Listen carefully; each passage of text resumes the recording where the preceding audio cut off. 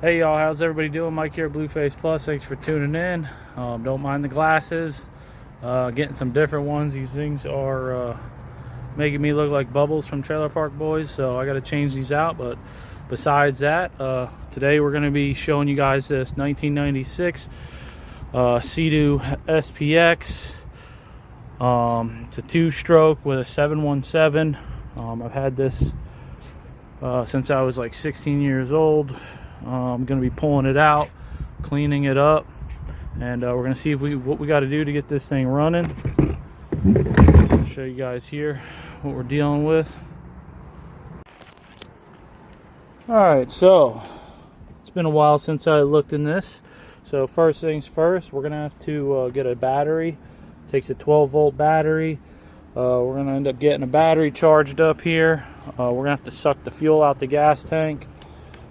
We're gonna end up pulling this out. Man, there's gonna be spiders. They're all tight.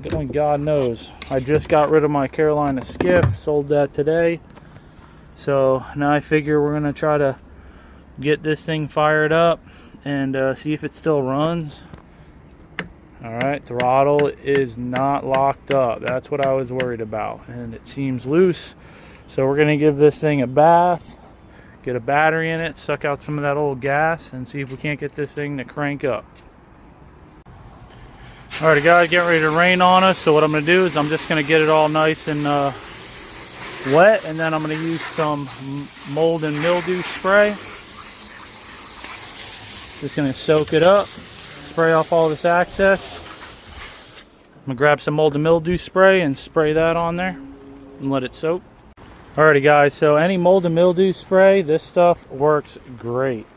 All this stuff that's green, just going to soak this whole thing and let it sit, give it a scrub, and this stuff is going to come out like brand new.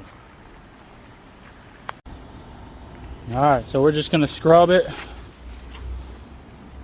And you can just see the stuff literally just comes right off. So if you guys ever get these old skis and they have that mold and mildew, ain't nothing but a thing. This stuff is scrubbing like brand new.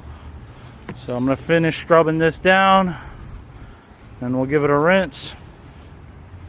Alright, we got her all scrubbed up. We have it soaking. Just going to rinse it off real quick. We're going to probably have to do a couple.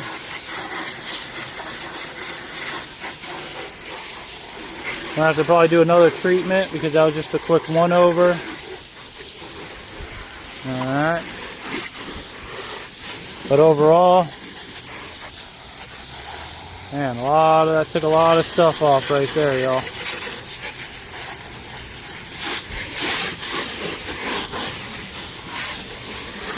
Took the seat off. Don't worry about getting some water in there. It's got an intake cover, so the main thing is not to get water in your carburetors.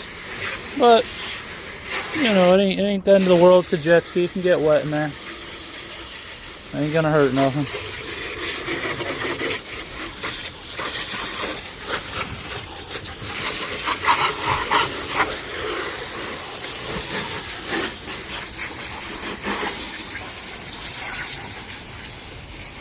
Alright, I'm gonna finish that all off. Get in here, start fine tuning it. But just from a quick one over, you can just see the difference. Just cleaning it up makes a big ordeal.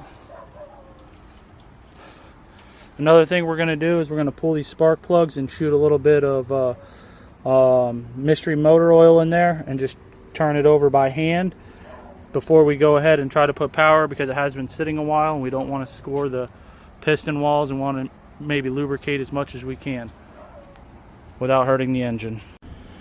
Alrighty guys, so we're going to go ahead and pull these spark plug boots off. They actually have a spot here you can stick them on. Just don't mix up your firing order. Alright, and then we're going to use just a wrench, 13/16, just to kind of break these loose. Now we'll pull these spark plugs out, make sure you don't get any water in here. So all I want to do now is, because the engine's been sitting a while, I'm gonna probably end up getting some new spark plugs. These things are probably fouled out. For this is the 717, so BR8ES NGKs. So I'll pick up a couple of those. But I'm gonna go ahead and put in a little bit of this Marvel mystery oil here. Alright, so I just want to put a little bit in each cylinder. Not a whole lot. Oops, not a whole lot like that. But just a little bit. And now we're going to try to turn with the spark plugs out. I just want to see if we can break this loose. Make sure it's not seized up. So I'm going to get my hand down here. And just like that. Oh, it's like flipping butter. I don't even think I needed to do that. But turning over nice. So that's good. At least we know the engine's not seized up. It shouldn't have been. It was running when I parked it. So I'm just going to barely put these in, because obviously when I put the battery in, I go to turn it over, I'm going to pull the spark plugs out, and I'm going to set a rag here to where it just shoots everything out and everything goes through the exhaust, because I don't want to have any type of liquid inside the combustion chamber. So, but I don't want water to get in here either. So, and at least that's going to sit in there and help those piston rings out. So that's good. So next thing is getting this old fuel out. So we'll go ahead and we will probably put in a siphon tube or something and siphon that out, because we want to put some fresh two-stroke in before we try to even fire this thing up. Alrighty guys, so you just get one of these suction siphon pumps. You just push that down in there, and then we got the fuel coming.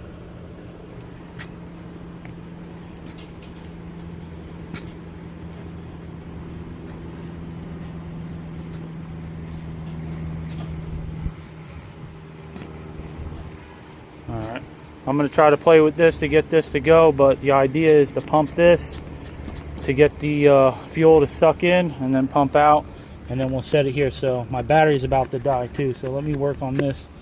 Let me try this. Let me try the lower spot. There, it's coming.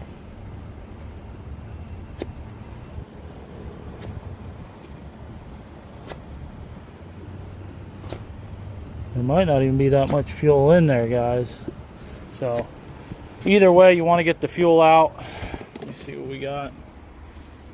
That tank looks actually that tank is bone dry, guys. There's no fuel in there, so that's why it's not pumping out. So be sure to get out all your fuel. You can get yourself a siphon pump like that. So at least now we know we can put some fresh fuel in there. That makes sense. It's been sitting a while. You could always take the tank out. Let me show you that.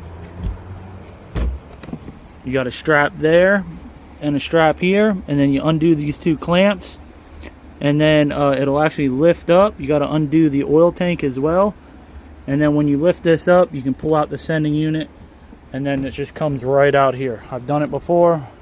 It takes a little bit of time, so it can be done. So next thing, we're going to get a battery, and we're going to look for spark.